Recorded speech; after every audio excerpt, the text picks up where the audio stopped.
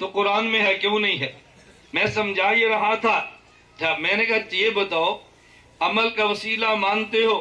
کہا جی ہاں۔ میں نے کہا قرآن عمل ہے، تلاوت عمل ہے؟ کہا جی ہاں۔ میں نے کہا یہ قرآن کریم خود بخود اترا؟ کہا جی نہیں۔ میں نے کہا کیسے ملا؟ انہو نزلہ علی قلبک، پہلے حضور کے قلب اثر پہ، ذرا دلیل سمجھنا، یہ دلیل شاید آپ نے کبھی نہ سنی ہو، ذرا دلیل سمجھنا۔ انہو نزلہ علی قلبک، میں نے کہا براہ راست قرآن ملا؟ مجھے کہتا ہے نہیں۔ میں نے کہا قرآن کیسے ملا؟ ذرا قرآن سے پوچھنا۔ لو انزلنا ھذا القرآن علی جبل لرأیت خاشعا متصدعا من خشیۃ اللہ۔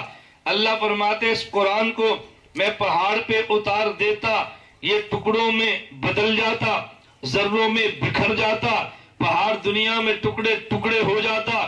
توجہ رکھنا، اتنا بھاری ہے، اس کو قرآن اٹھا نہ سکتا۔ اللہ ہمارا ایک سوال ہے، یہ قرآن اتنا بوجھل ہے، پہاڑ نہیں اٹھا سکتا، تو دیوبند کے مدرسے کا 7 سال کا بچہ اس قرآن کو اپنے سینے پہ اٹھا رہا ہے۔ اگر یہ بوجھل تھا، پہاڑ نہیں اٹھا سکتا، تو 7 سال کے بچے نے کیسے اٹھا لیا ہے؟ اگر اتنا ہلکا ہے، 7 سال کا بچہ اٹھا سکتا ہے، تو پہاڑ کیوں نہیں اٹھا سکتا؟ قاری محمد طیب رحمہ اللہ دارالعلوم دیوبند کے 40 سالہ محتمم اس اشکال کو حل کیسے کیا ہے؟ فرمانے لگے سورج کو دیکھو یہ منیر ہے، چاند کو دیکھو یہ مستنیر ہے۔ سورج روشنی دیتا ہے، چاند لیتا ہے۔ اگر یہ سورج دن کے 12 بجے نکلے ہو، آپ سورج کو دیکھو، آنکھ برداشت نہیں کرتی، بند ہو جاتی ہے۔ 14ویں کا چاند نکلا ہو، دیکھو، دیکھنے میں مزہ آتا ہے۔ 12 بجے سورج کے سامنے قمیص اتار دو، تپش کو وجود برداشت نہیں کر سکتا، لیکن 14ویں کا چاند نکلا ہو، قمیص اتار دو، جسم اس کی ٹھنڈک کی وجہ سے ٹھنڈک محسوس کرے گا، جسم لطف اندوز ہوگا۔ فرمایا کیوں؟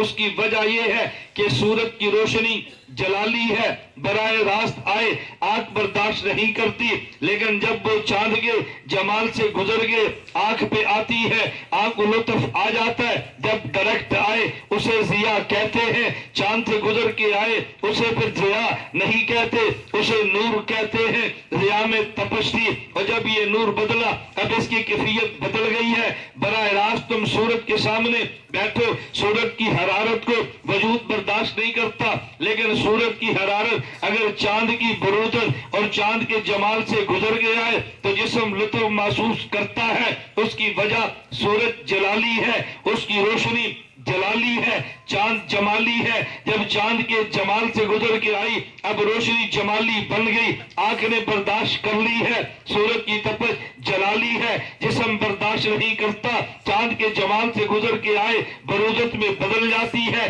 جسم راحت محسوس کرتا ہے۔ بالکل اسی طرح اللہ کا کلام جلالی ہے، اگر یہ ڈائریکٹ پہاڑ پہ اترتا ذروں میں بدل جاتا۔ اللہ جلالی کلام کو پہلے محمد کے جمالی سینے پہ اتارتے ہیں، پھر محمد کی جمالی زبان سے نکالتے ہیں۔ یہ ڈائریکٹ جلالی قرآن پہاڑ پہ آتا، پہاڑ پھٹ جاتا۔ میرے محمد کے جمال کا صدقہ ہے 7 سال کا بچہ بھی اٹھا رہا ہے۔ اگر درمیان سے جمالی سینہ نکال دے قرآن مل سکتا ہی نہیں ہے۔ میں نے کہا قرآن کا وسیلہ مانتا ہے؟ کہا جی ہاں۔ میں نے کہا پھر قرآن آیا کیسے؟ محمد کے وسیلے سے قرآن کا وسیلہ مانتا ہے۔ قرآن کا وسیلہ بھی خود محمد کی ذات ہے، یہ درمیان سے نکال دے قرآن مل سکتا ہی نہیں ہے۔